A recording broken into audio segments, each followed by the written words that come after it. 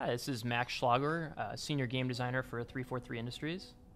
And Joseph Staten, Senior Creative Director on the Xbox Publishing team, and I was the writer and creative director of ODST. All right, so first of all, I want to just talk quickly about how ODST slots seamlessly into the unified UI here. So in all of the areas that you were able to play campaign for any of the other titles, you can do the same for ODST. So much like Halo 2 Anniversary Multiplayer, it slots in under Halo 3, so you can quickly get to there for your campaign. Same with playlists. You can go under Halo 3 and click through and go through ODST.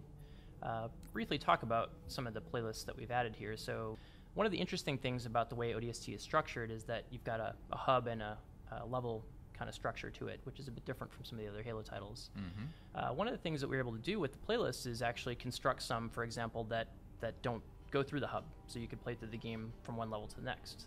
On the flip side, you also have the ability to play one of the playlists that is every iteration of Mombasa Streets from back to back. So you can see every city-state and play through each clue in order in that particular playlist.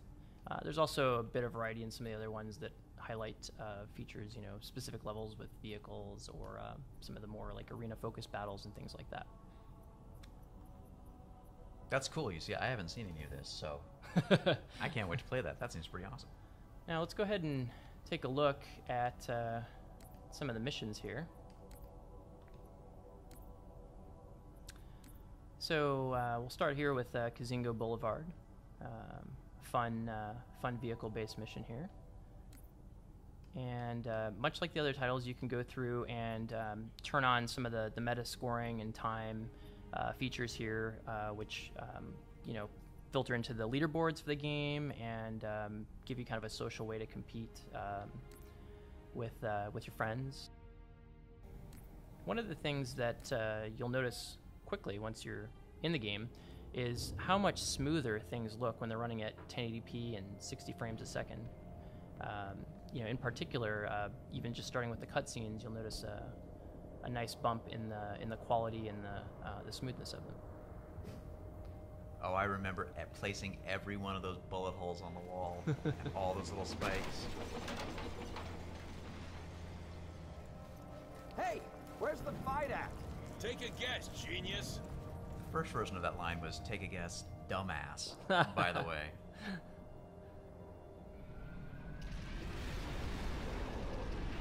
That's C.J. Cowan with the manhole bouncing off his head, or Pat, one of the two, animated that chestnut. All right, so let's go take a look through a level, and just like all the other games, the universal control schemes are supported for ODST. We've added several ODST-specific ones that you can use.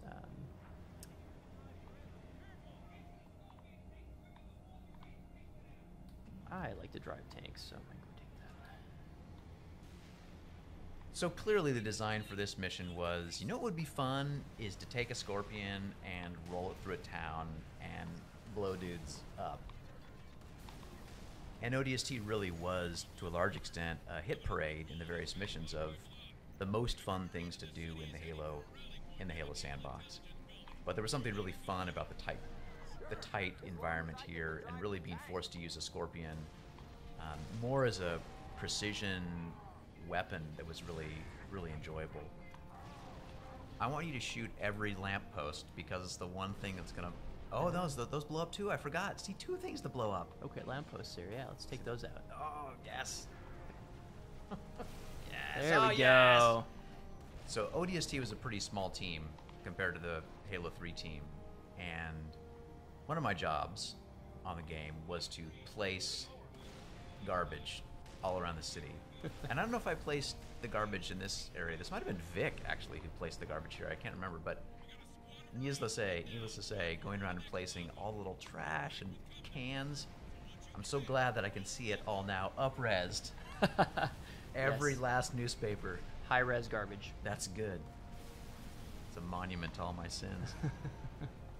ODST was actually pretty fun. It was the only Halo game that we got to make back in the day where we were building off of an established engine. So rather than reinventing the wheel, we could take the Halo 3 engine and begin to layer features on top of it to make it a better experience. So the compass, the waypoints, all the work we did with the visor mode, we were able to do that because we had some stable code under our feet.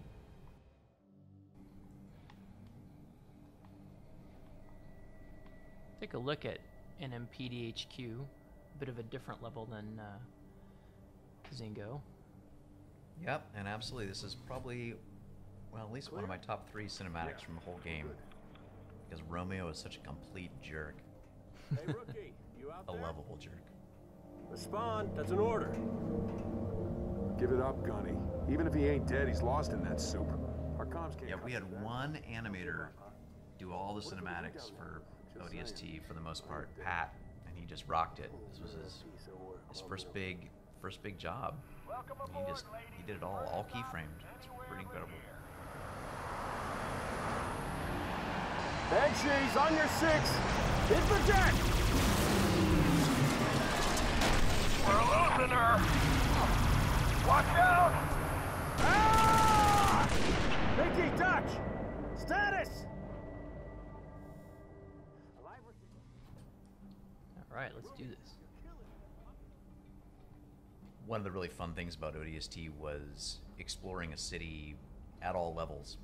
And one of the design goals and art goals we had early on was to take players from the highest point of the city to the lowest point in the city. And this, of course, is the high point, but just being able to be up in the clouds and see the Halo world from a different point of view. Oftentimes in Halo games you're traveling from one spectacular destination to the next, and you don't really have time to linger in one spot for too long, but that was really the hope with ODST, is by the time you were done with it, you really would feel like you had spent quality time in a city, learned about it, I don't know, gotten to a place where it felt familiar and a little bit like home by the time you were done. Home filled with thousands of mean, ugly aliens that you had to shoot.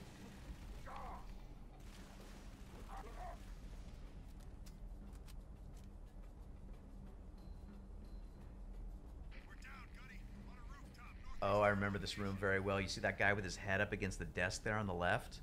Yeah, you. I'm looking at you, that guy. Placing bodies was such a giant pain in the butt in ODST, I can't even tell you. You had to just drop and hope that the physics landed them in the right spot. And to get that guy with his head perfectly placed against there, that was like 2 hours on a Thursday at 3 in the morning for me, and oh my gosh. It looks good, right? Yeah, that's a high quality? quality Quality corpse placement? corpse placement. Good. This room had a lot of corpse placement love.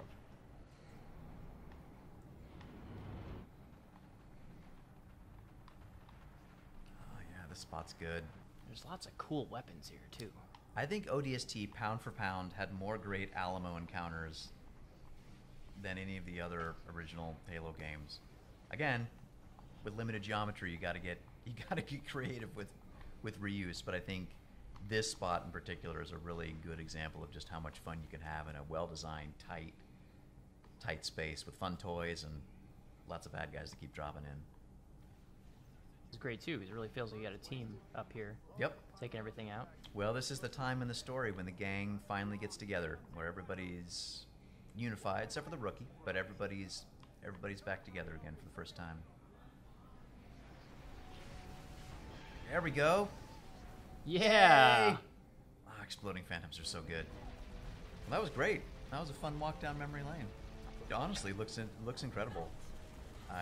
It's a real pleasure to have work that you did a long time ago made even better and prettied up. I think you don't get that a lot in this industry. You make games and the hardware goes away and the software gets stale and you don't get to enjoy them full stop, let alone get to see more beautiful versions of them. So it's great. It's a real treat. Looks awesome. You guys did a great job.